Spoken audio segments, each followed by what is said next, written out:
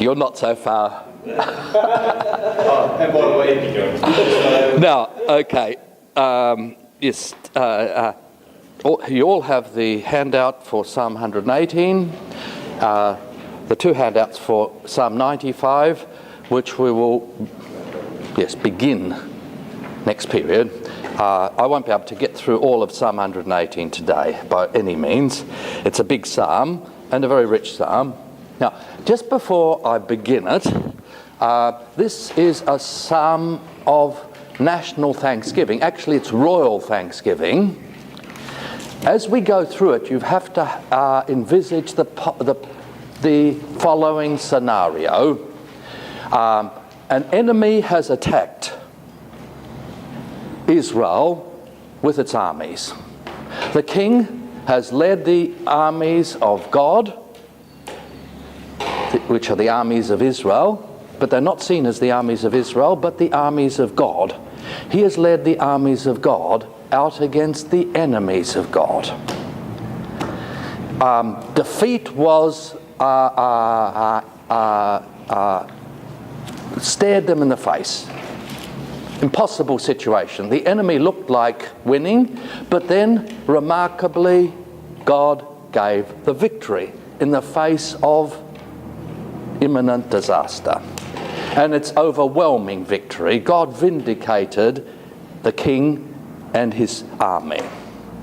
And now there is a day of national thanksgiving. And there's a great procession that comes through Jerusalem. The procession is led by the army, followed by the king.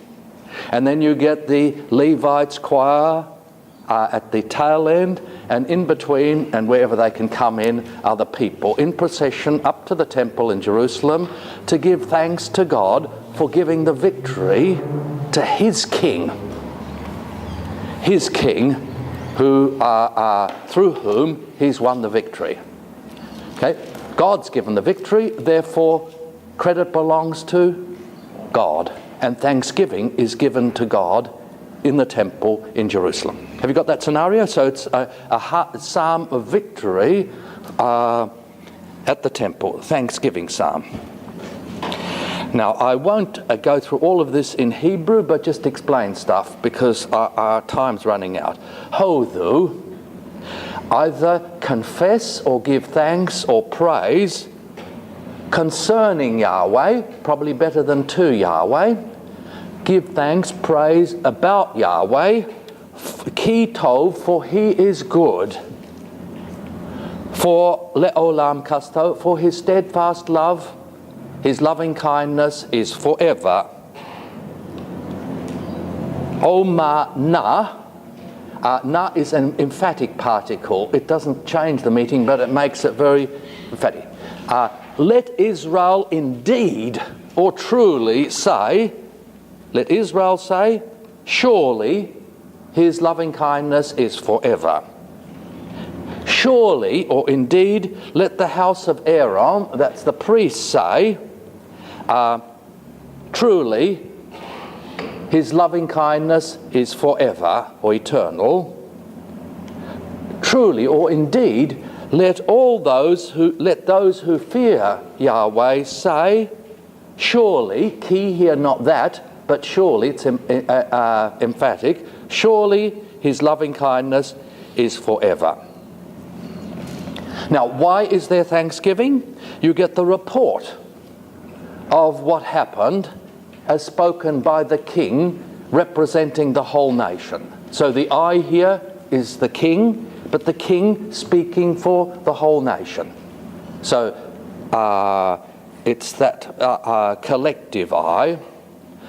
From trouble or in trouble, I invoke Yah. Now, Yah is an ancient abbreviation for Yahweh. And people used it to avoid overusing the holy name. So quite commonly, you have names like Elijah. Eli, my God, Yah is Yahweh. And you have a whole lot of Yah names. Now, why don't they say Eli Yahweh, you'd expect?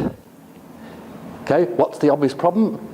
It would mean that the holy name was being used for all sorts of reasons in connection with naming that person. So it's an abbreviated form of Yahweh. So from distress, the idea is from being constricted in a narrow place. From distress or in distress, I invoked Yahweh. He answered me, or Yahweh here again, notice Yah, and Yahweh answered me, and here you get a funny expression, in a broad place, a spacious place. Now, this is a compressed poetic expression. Now, I was hemmed in on all sides, and I called to Yahweh, and he answered my prayer, and he brought me into a wide open place. That's the picture here. So, narrow to a broad space. Yahweh for me, I will not be afraid. If Yahweh is for me, at my side, I will not be afraid. Ma is what Adam, a human being or humanity, can do to me. Notice the generalizing term. What any human being or all humanity can do against me. Yahweh li be'otzerai. If Yahweh is for me as the one helping me, so there's an odd use of be there, which I explain in the handout. If Yahweh is for me as my helper, va'ani, I will look on those who hate me, look in triumph over those who hate me.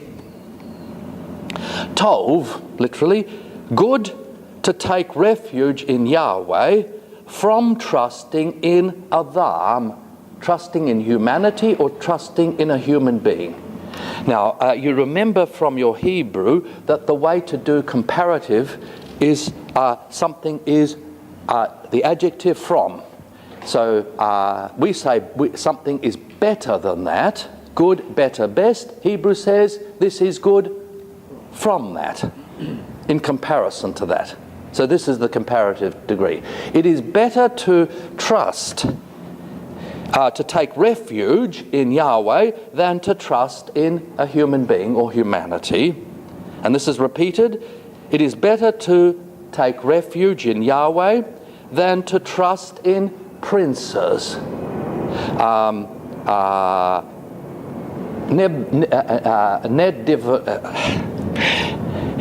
Nedivrim are princes, but princes were all the aristocracy were also professional soldiers in the ancient world.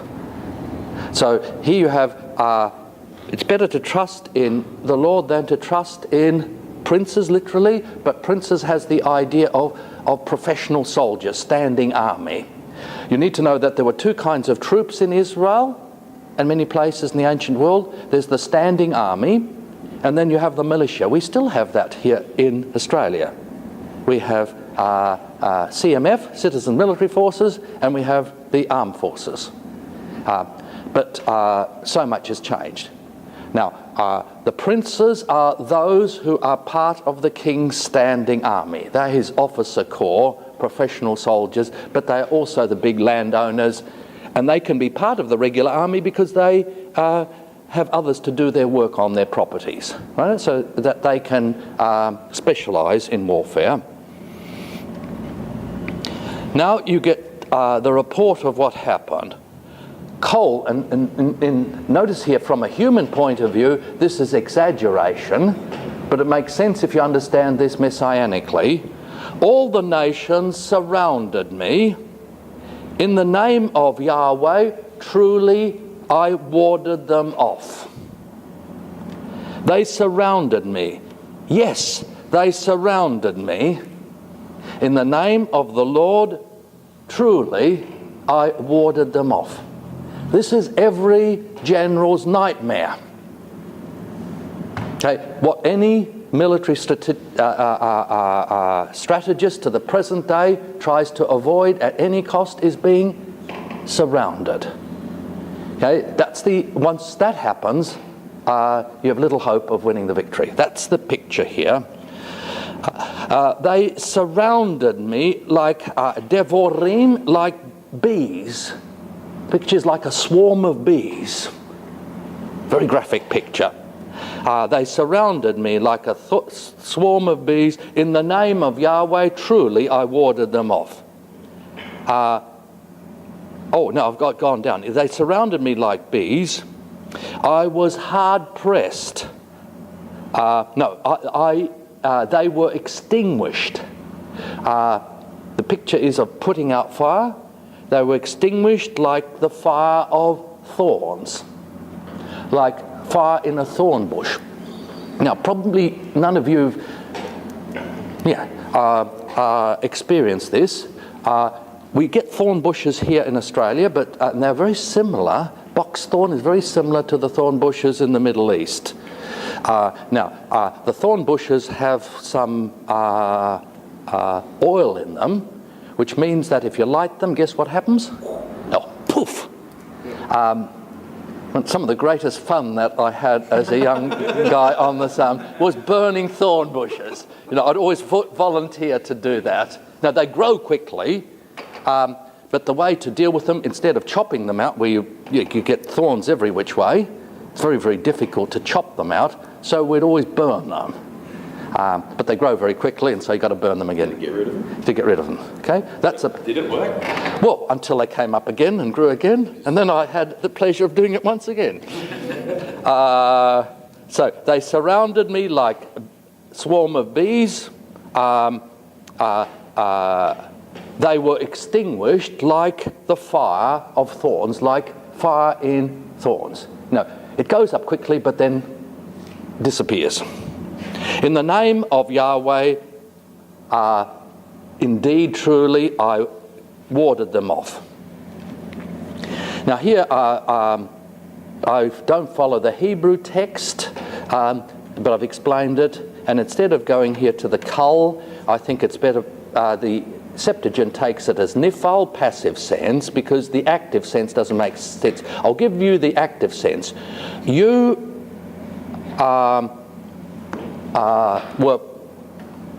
were truly pressed to the point of falling, but Yahweh helped me. The only person that you could be is either the enemy or Yahweh. I think it's better to take in the passive sense. I was hard pressed. Notice the infinitive absolute there, which is emphatic. I wasn't just pressed, but I was hard pressed to the point of falling. But Yahweh was my ally, my helper, came to help me. Now you get that's the report of the victory, the attack and the victory. Now you get the report of the actual victory and its aftermath. Again, Yahweh is my strength and my music or my song. He has become for me for victory or for deliverance. He is my deliverance. He is my victory. Kol, listen. Or kol, a voice.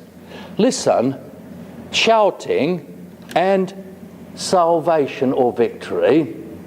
The idea is the victory cry. Listen, the shout of victory.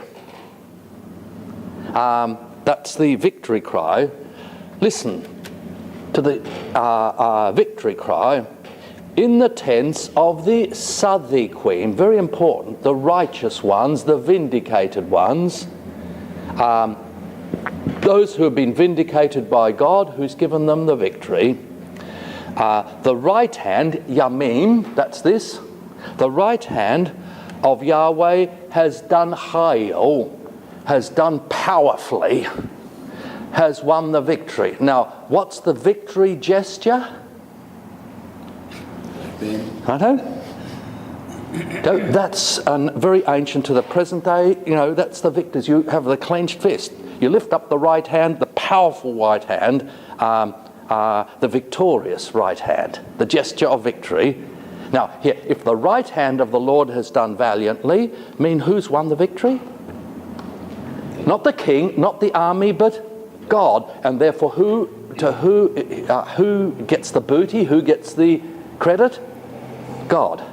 So the right hand of the Lord has done valiantly or powerfully. The right hand of the Lord is lifted high. Now, you have Romemema. There should be a meme in front of it, but that's been abbreviated for poetic reasons and for reasons of euphony, sounding it and being able to fit together. So the right hand of the Lord is Ram high, is exalted, is very high. The pictures that Lord has not just raised his arm, there's a little victory, but if you raise your arm really high and jump, it means that you've broken the record. A stunning victory.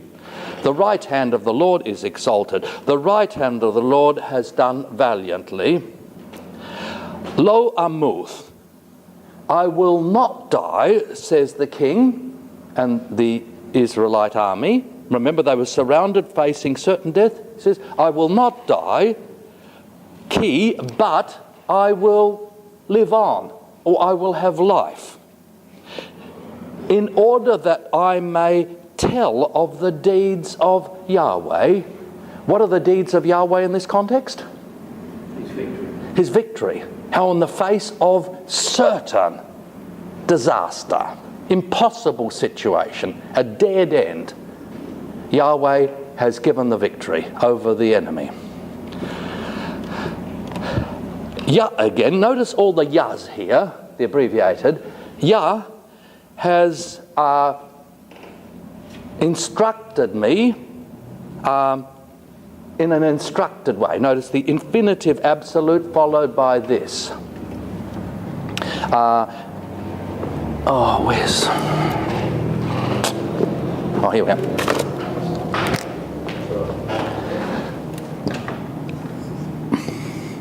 Yasa is to coach. Now, it's a particular kind of teaching because it's teaching not just by speaking or theorizing, but coaching by doing. And it has a positive side to it and has a negative side to it. And then in its PL form, Yisa, which we have here, it can mean to discipline in two senses, which is to teach the discipline of some particular thing, to teach the discipline of, say, playing cricket. There's a positive discipline. If you're going to play cricket, you've got to keep your eye on the ball and you're batting, all those kinds of things. That's the discipline of cricket. You've got to concentrate. You can't just trust your eye. You've got to make sure that, you play the shot right, pick the right ball to go for the bash. That's the discipline side. But the discipline side also is negative, which can then mean discipline in the sense of coaching to do the right thing, but then also punishing, giving a penalty for doing the wrong thing. So it could be Yahweh has instructed me, or has taught me a lesson.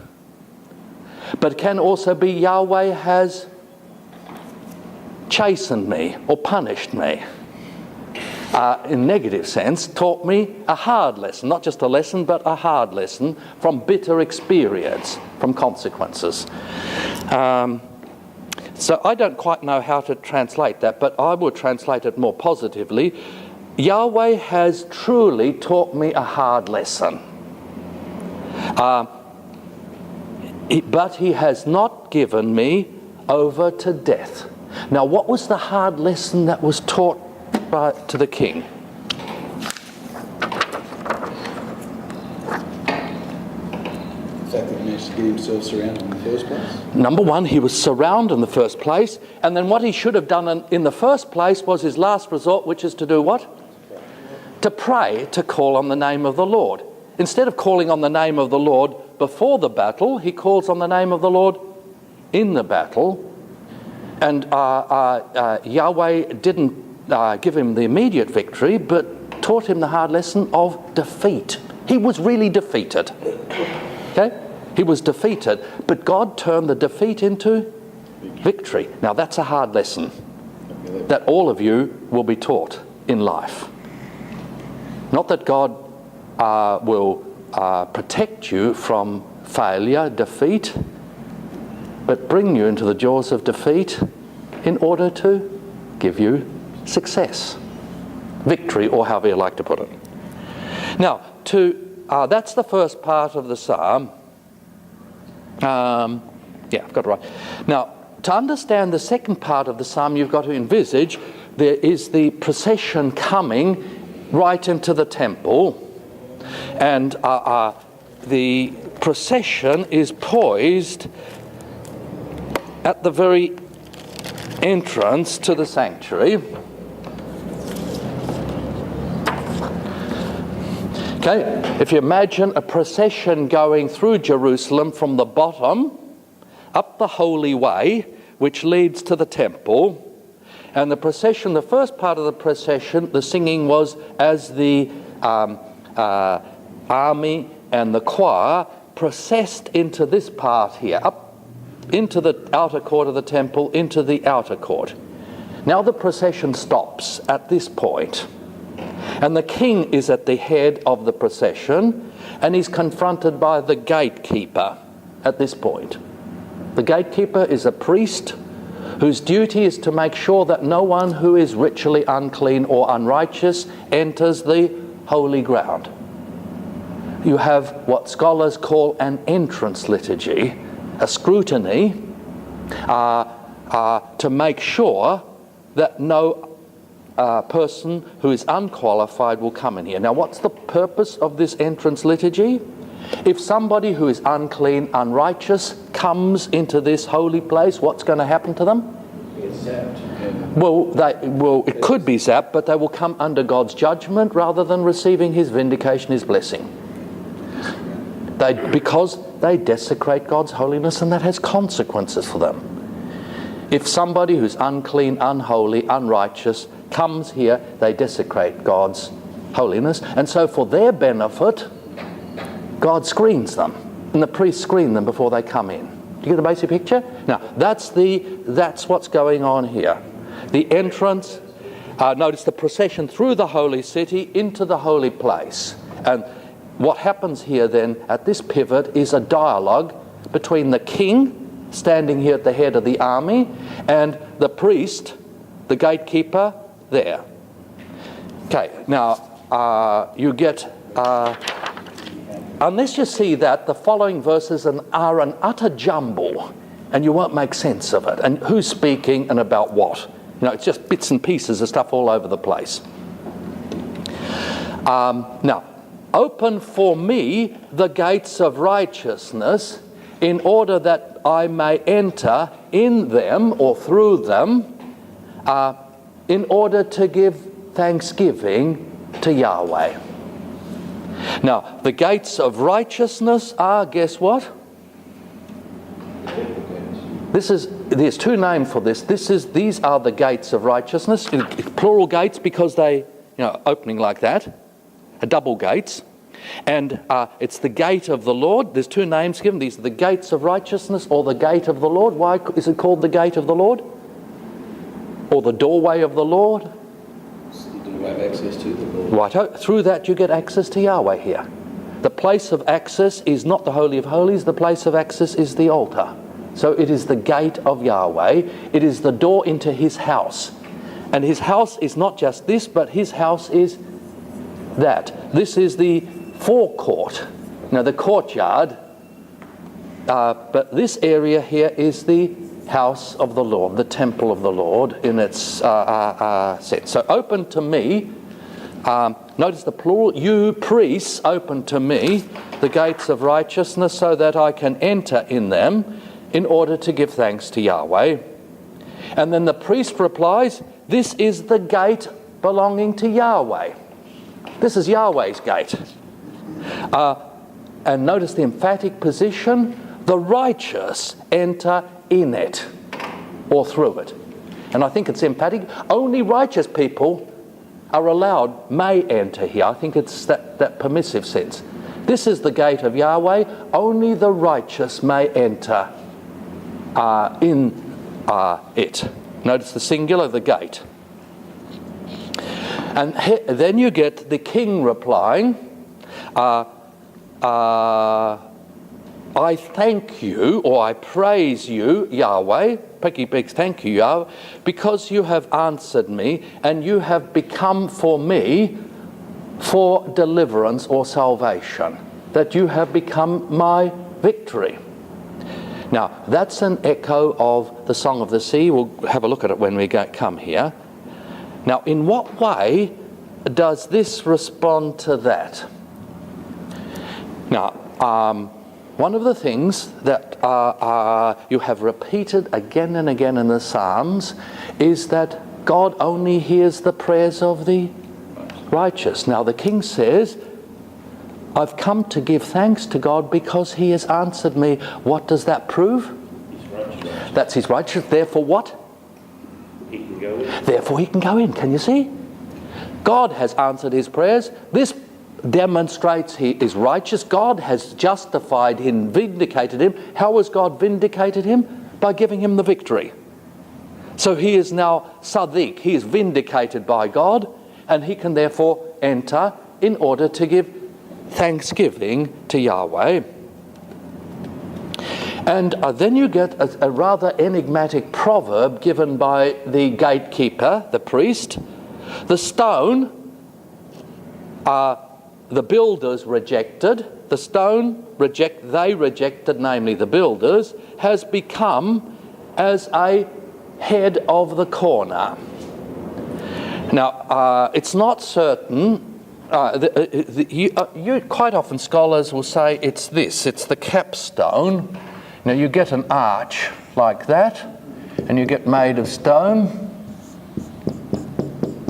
Now what's the keystone here is this one. So the stone that the builders rejected has become the capstone, the headstone. Lovely picture. The only problem is that the Romans invented this. It was nowhere used at this time in the ancient world. This is one of the greatest inventions the Romans had, working the stones. One of the most powerful things that enabled them to build the buildings like the Colosseum and their aqueducts and bridges and so much with stone which lasts forever. Some of those Roman aqueducts and buildings still stand to the present day. That's how strong they are. And they can bear huge weights, because the more pressure you put on them, the more locks in. From a engineering point of view, it's typical. The Romans were great practical people, great engineering invention. Like all ideas, simple ideas, brilliant ideas. And it's one of those architectural breakthroughs in human history. Now, here it's not that, but if you think you're working with stone, now the problem with stone is that unlike brick, and they didn't have the same kind of saws that we did, it's very hard to get the alignments right. And in building a building, the most important stone is the cornerstone, which is the foundation stone. Now the cornerstone is a stone that it has to be exactly square. Because then what happens? You align everything from there onwards. Okay, that's the keystone, the cornerstone. If that's out of line, and if that's a little bit crooked, then everything goes this way, that way. But if you get the cornerstone in perfect alignment, then the rest of the cornerstone, in the sense of the foundation stone. Now we have stylized foundation stone sort of somewhere in the middle, but this is, you have both the corner and the foundation stone are the same thing. Now, there's a bit of a riddle here. A stone that the builders rejected. Why?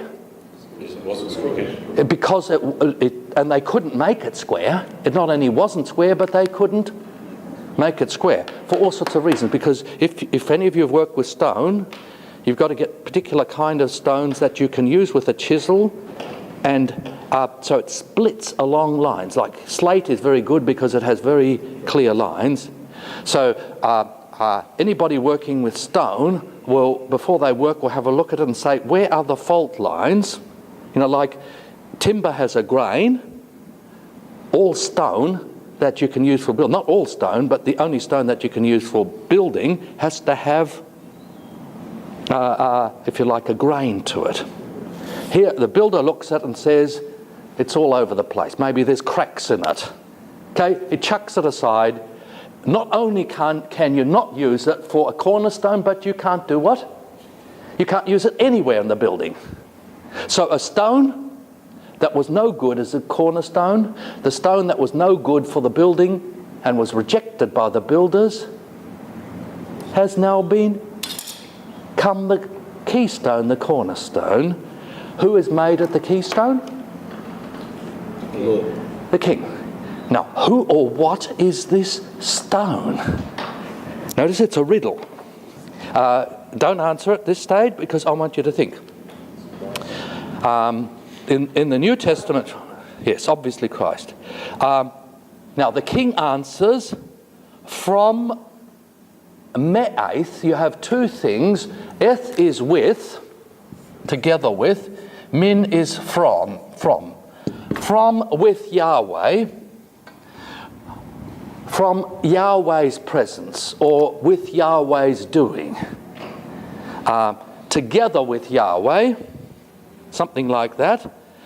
Zoth Haya, this has happened. It is a miracle in our eyes. Now, what something's happened that Yahweh has done. That's a miracle in the eyes of the army of Israel or the people of Israel. And then the priest replies, this Zeh Hayom Azah Yahweh. This is the day that Yahweh has established or made. What day? The Lord. The Lord's Day, which is what in this case? The day of victory. And the day of the celebration of victory. This is the day that belongs to Yahweh because it is the day of victory. Very important for the New Testament. The Lord's Day is the day of resurrection, the day of victory. Coming straight from this passage. This is the day that Yahweh has made or established. Let us be glad and rejoice. And here you get an ambiguity, in Him or in it. Which is it? Let us be glad in it, or rejoice in it, or rejoice in Him. Both. Can you see? It's neither excludes the other. Anna is an emphatic particle, very close to please, but a very emphatic please.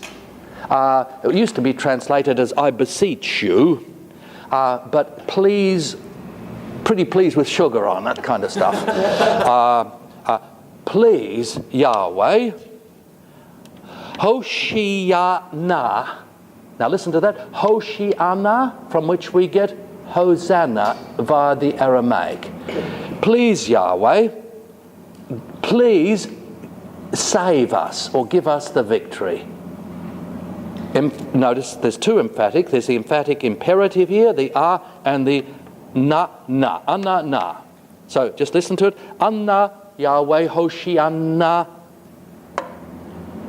Okay? To Anna, Hoshiana. And that's repeated. Anna, Yahweh. Please, Yahweh. Hatzlicha, na. Please, Yahweh, please give us success in what we do. So Yahweh has given the victory, has saved. Now there's a plea for a future salvation, future victory, future success. And success here probably in battle. That's the prayer of the king together with the army. And then the reply of the priest, the gatekeeper, is Baruch, blessed is the one who enters in the name of Yahweh. Blessed is the one who enters in the name of Yahweh. Now, blessed can be one of two things. Either this person is the recipient of God's blessing. So Yahweh, to say blessed is the one who enters in Yahweh, in the name of Yahweh, could be blessed is the person, it's the person whom God has blessed, but it can also be the one who brings God's blessing. Which of it is here? Both. So the one who enters is both the recipient of Yahweh's blessing and the bringer of Yahweh's blessing. And the one who enters where? Into the temple, into the sanctuary. And notice that in the name of the Lord is ambiguous. You can say, blessed in the name of the Lord. Then blessed is the person who has been blessed by Yahweh. But or it can be the one who enters the temple in the name of Yahweh. Now, notice you don't have to decide. It works both ways, and I think it's meant to work both ways here. So, blessed is the one who enters in the name of Yahweh. Now, I've emphasized that because that's the stop part of our communion liturgy, where it's applied to Jesus coming to us in Holy Communion. And then the we here, we bless you from the house of the Lord. Who's the we here that blesses the king and the people? The priests. So just think, God has blessed the king and the people. They come as bearers of God's blessing, and now the king blesses them in the name of Yahweh and gives them a benediction. So you get all this blessing going on. We bless you, but we bless you from the house of the Lord, which means we bring the blessing from the Holy of Holies to you as you come into the temple. So you have been blessed. Now God blesses you, and therefore you go out as people who are blessed. El Yahweh. Yahweh is El. Remember, El is the name given to the chief god in the Canaanite pantheon. The Lord, Yahweh, is God, and He has shone on us. Now, in what way has God shone on us? This is the king and the army speaking here. He makes a confession of faith. Yahweh is my God, and He has shone on us.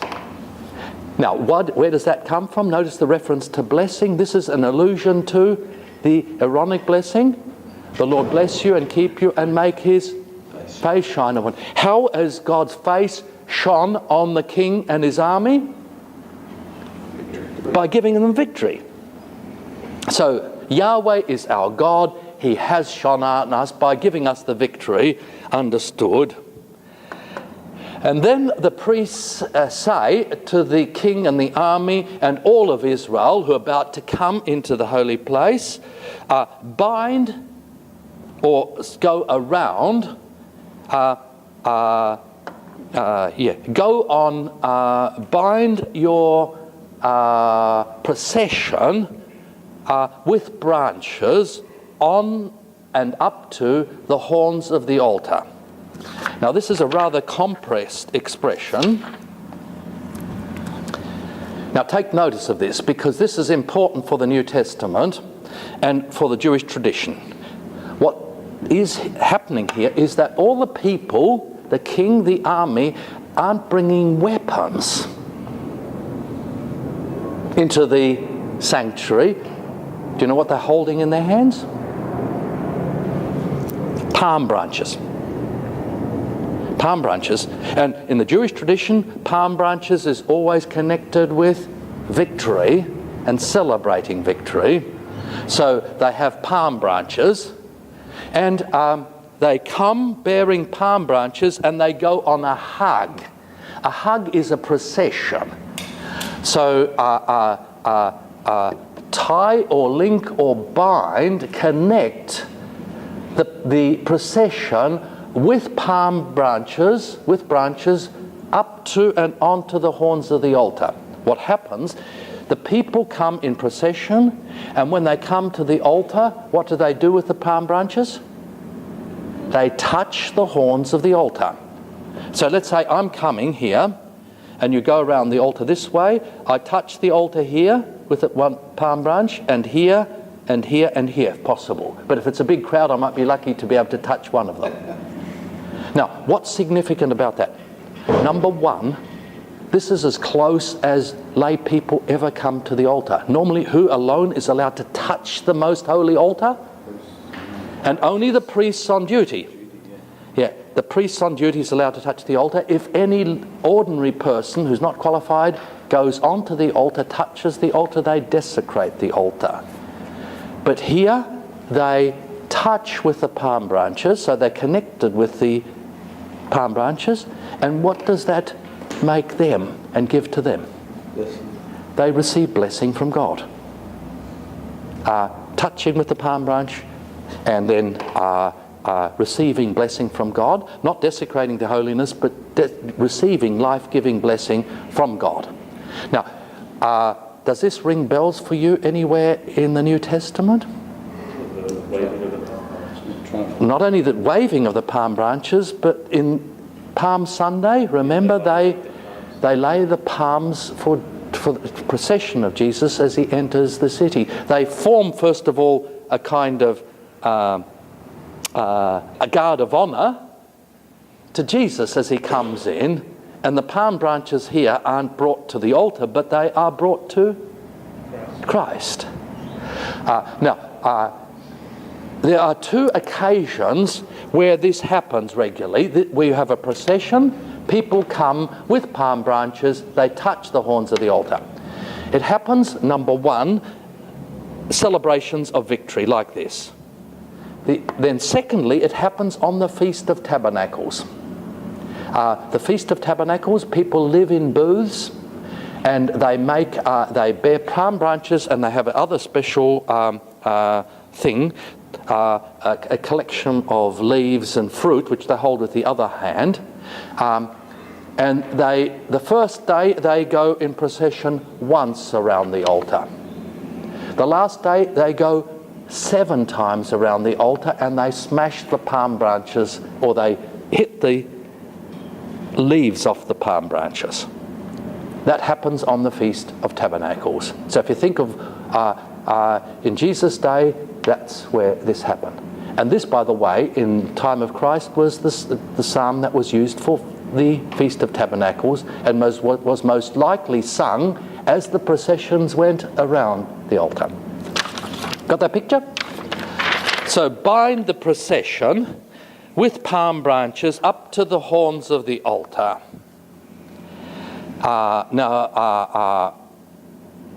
Yahweh is God. Now that's picked up again. Ata, emphatic, you are my God, and I give thanks to you or praise you.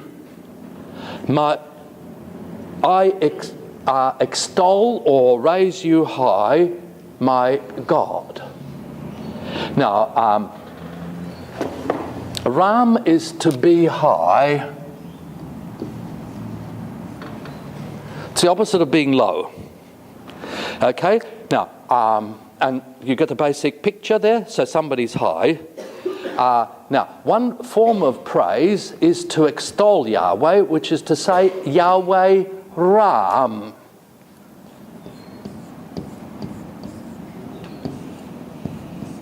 You can say Yahweh Gadol, Yahweh is great. Yahweh Tov, Yahweh is good. And there's another form of praise, which is this, which is to extol or to exalt Yahweh. But this is basically translated as extol, which means to make him high. Now what's the understanding? If you say Yahweh Ram, what's the significance of that? What are you saying? Is he just, a little bit high? No, this is probably understood as a superlative decree. Yahweh is the highest. And which means what? Well, there's nobody higher. There's nobody higher than him. He rules over all. He cares for all. So that's extolling Yahweh, saying that it's in terms of status. He's the one with the highest status, the highest power. He is the high, not just in power, but he's high in goodness and everything. There may be people who are good, but he's the best. There may be people who are powerful, but he's the most powerful. That's the idea. So, once again here, you are my God, and I thank you. My God, I will extol you. Say you are high. And then give thanks to Yahweh, for he is good. Surely his loving kindness is forever. Okay, let's just see it as a whole and the various parts.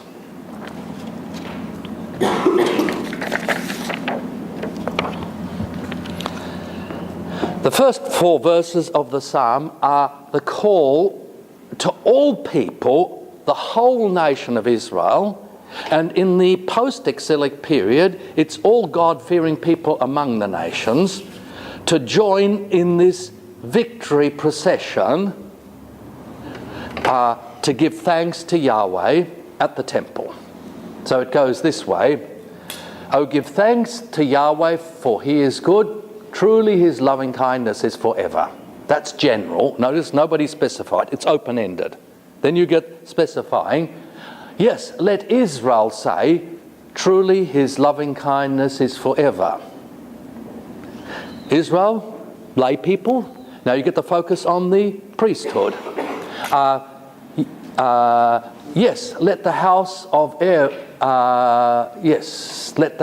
Aaron say, truly his loving kindness is forever. Thirdly, let those who revere or fear Yahweh say, truly his loving kindness is forever. Now, those who fear Yahweh, probably here, it is not just the nation of Israel, but the people who were called the strangers, who lived in the land, non-Jews, but had resident alien status. Then in the post-exilic period, this was taken to those who are either proselytes or God-fearing pagans. Remember the term the God-fearers in the book of Acts? These are Gentiles who had not been circumcised but shared the faith of Israel. So uncircumcised believers. By the way, these God-fearers then performed the bulk of those who became Christians in the early church. Yes, let those who revere Yahweh say, his loving kindness is forever. Okay, that's the invitation to join the procession and the thanksgiving. Now you get the report from the king speaking on behalf of the whole army of Israel about what had happened. Out of my distress I called, Yah. Now it's a single syllable.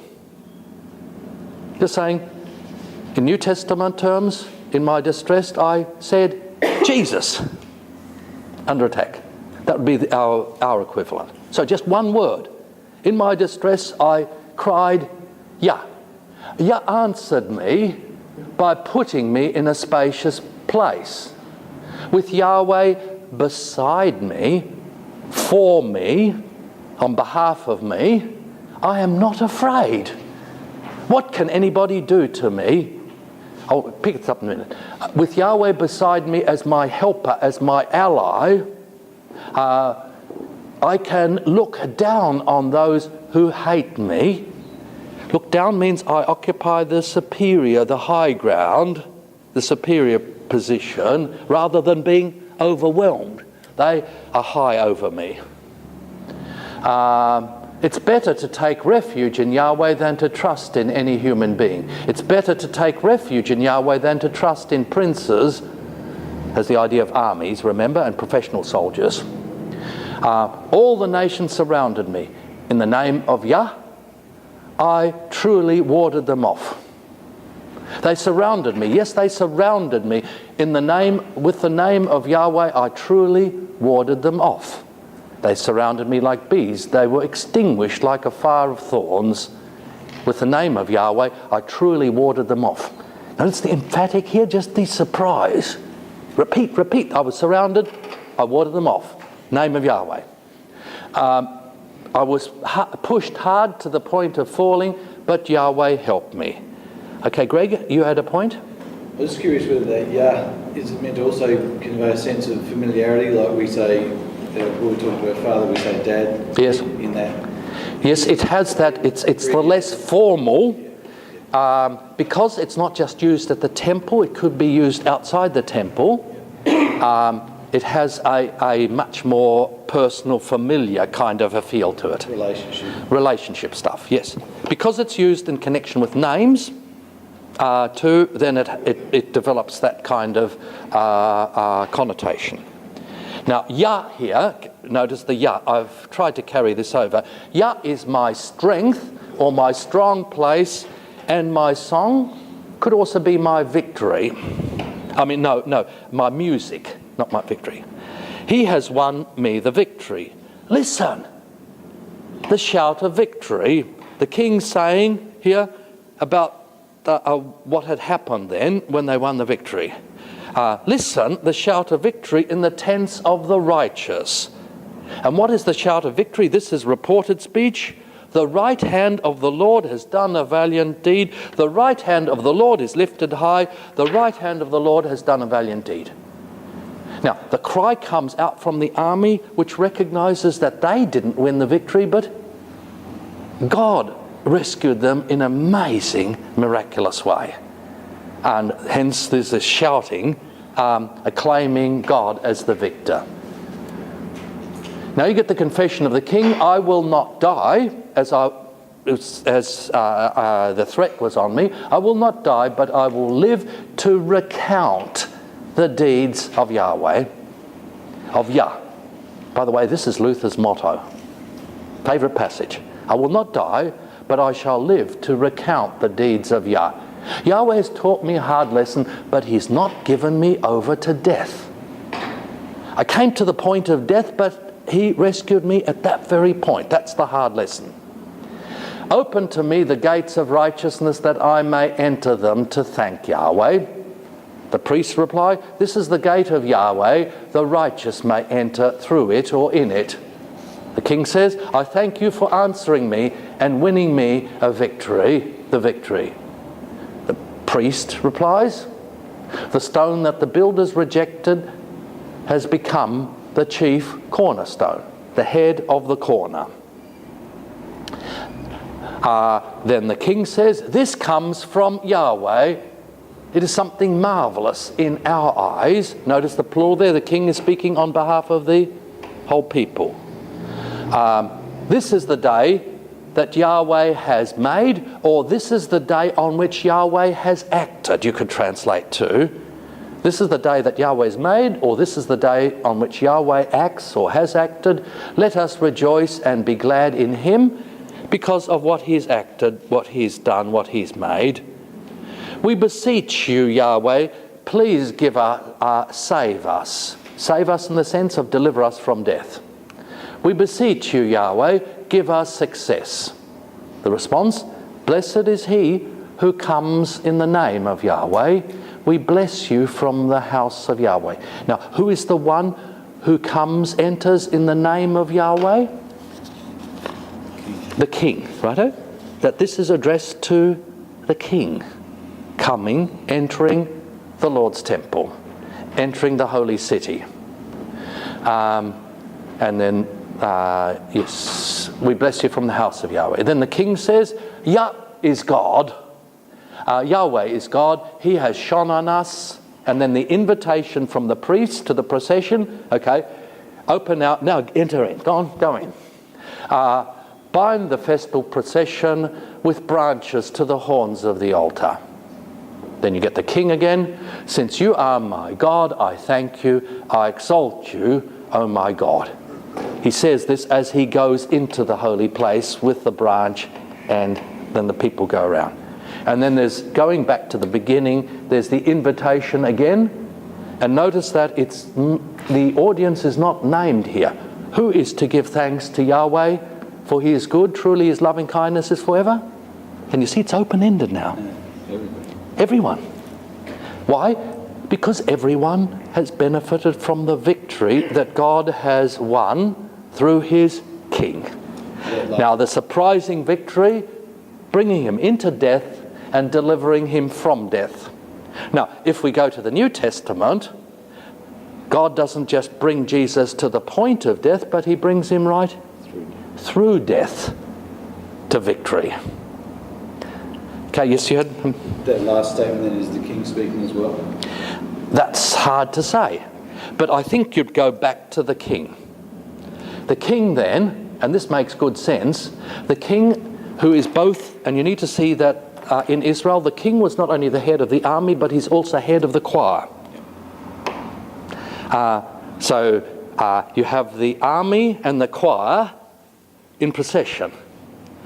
And I think probably the king was at the head of the army, and we don't know whether the choir came next, and I think probably from what we can get, and I can't go into the arguments for it, but the processional order probably was as follows. Who is at the head of the procession? The king. And then he is followed by the choir, the musicians, because they do the singing. He doesn't actually say this, they do it for him, and he says it together with them. And then after the choir, and closely connected as if they were one, you have the army. And then after the army you have the people. Now that's the way I envisage. I can't prove that, but I could give arguments for that. But that's the kind of thing that scholars love writing doctoral dissertations about. Okay. Now the king comes with army, and then he meets. The Lord is here. Who represents the Lord at the point here? The group of priests. So priests, and then you get one priest who is the gatekeeper. Notice that we bless you, which indicates that there's a whole group of priests. Only the priests can give blessing in the temple. So the priests representing God, speaking for God, admit the king and the people through the gate into God's presence. This is a processional psalm, hence its use on Palm Sunday with Jesus coming into the city of Jerusalem. And where did Jesus go? We often forget. He didn't just enter the city gates, but he went through the holy way to the temple. And remember, then he cleanses the temple, clears out the temple. And that needs to be connected with this, because he's opening the gates to include Gentiles in the worship of Israel. Okay, so that goes beyond this, however. Okay, any other questions on that? Now, next Wednesday, I want to go through the psalm. I'll see if we can get through the first period, just the exegesis, and there's probably a little bit of mopping up, and then the second period, beginning Psalm 95.